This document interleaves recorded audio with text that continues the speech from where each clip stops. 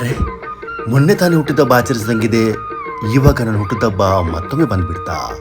ದೀಪಾವಳಿ ನಿನ್ನೆ ತಾನೇ ಆಚರಿಸಿದಂಗಿದೆ, ದೀಪಾವಳಿ ಮತ್ತೊಮ್ಮೆ ಬಂದ್ಬಿಡ್ತಾ.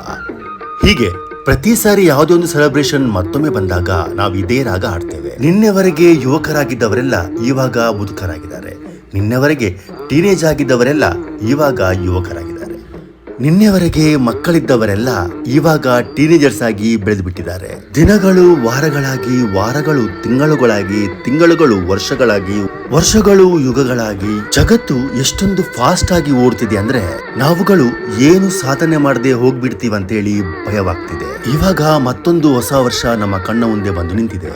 ಕಣ್ಣುರೆಪ್ಪೆ ತೆರೆಯುವಷ್ಟರಲ್ಲಿ ತಿಂಗಳುಗಳು ಹೋಗಿ ಮತ್ತೊಮ್ಮೆ 12 ತಿಂಗಳು ದಾಟಿ ಇನ್ನೊಮ್ಮೆ ಹೊಸ ವರ್ಷ ಬರೋದಕ್ಕೆ ಸಮಯನೇ ತಾಗಲ್ಲ.